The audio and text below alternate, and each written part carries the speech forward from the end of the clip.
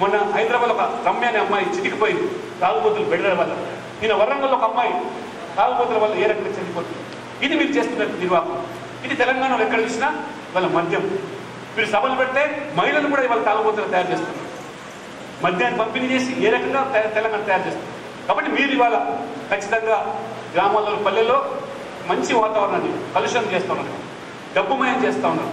వాటి సేవా గుణం లేకుండా, అంటే సేవ అనేది ఒక కుటుంబం కోసమే సేవ చేసే విధంగా ఈ రాజకీయాలు నడుస్తున్నారు. కాబట్టి ఖచ్చితంగా మనం అందరం కూడా దయచేసి ఈ అవినీతి విషయంలో ఈ కేసీఆర్ ప్రభుత్వాన్ని కూడా వదిలే ప్రసక్తి లేదు. కేంద్రంలో మనం అధికారులకు వచ్చిన తర్వాత అవినీతి అంతా కూడా బండారం బయట పెడతాం, వదిలే ప్రసక్తి లేదు. రెండవది, ఇవాళ చూస్తారు మీరు నరేంద్ర మోడీ గారు వచ్చిన తర్వాత కేంద్రంలో ఏ రకంగా ఉగ్రవాద ఉప్పు నుంచి వేస్తున్నారు.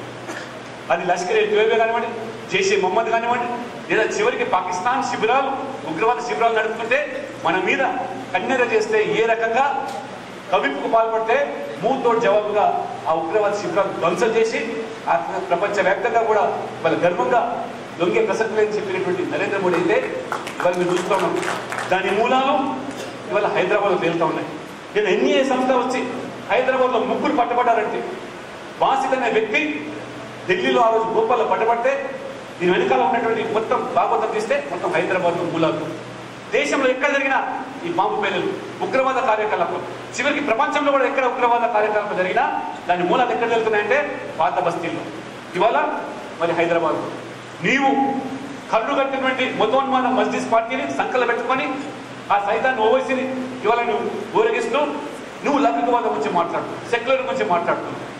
ఏ ఓవైసీ అయితే చెప్పాడో ఈ ఉగ్రవాద సంస్థల్లో ఉండేటువంటి బాధితులకు నేను ఉచితంగా న్యాయ సాయం చేస్తాననే వ్యక్తి నీకు అండగా పెట్టుకొని ఉగ్రవాదాన్ని ఇక్కడ నీవు ఏది పారేస్తారంటే నమ్మేదానికి వాళ్ళు సిద్ధంగా లేదు. ఇవాళ ఎన్ఐఏ సంస్థ వచ్చి హైదరాబాద్లో సోదాలు చేస్తే ఆయుధాలు బయటపడుతున్నాయి. ఇవాళ దొంగలు దొరికిపోతా ఉన్నారు.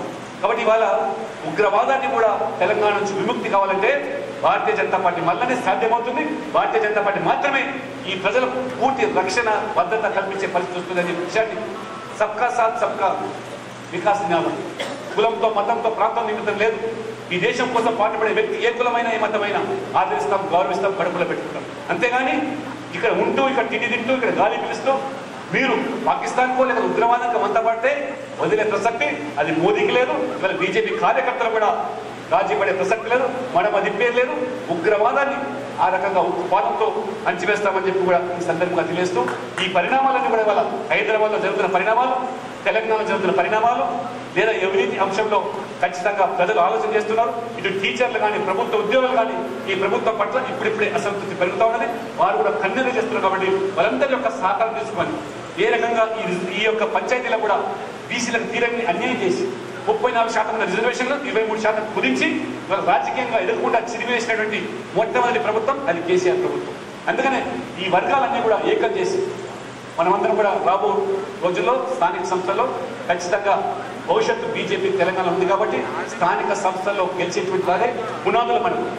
రేపు 2023 వరకు కూడా వేయించుకోవాల్సిన అవసరం లేదు. ఈ రాష్ట్రంలో రాజకీయమైనటువంటి పెను మార్పు సంభవించబోతున్నాయి.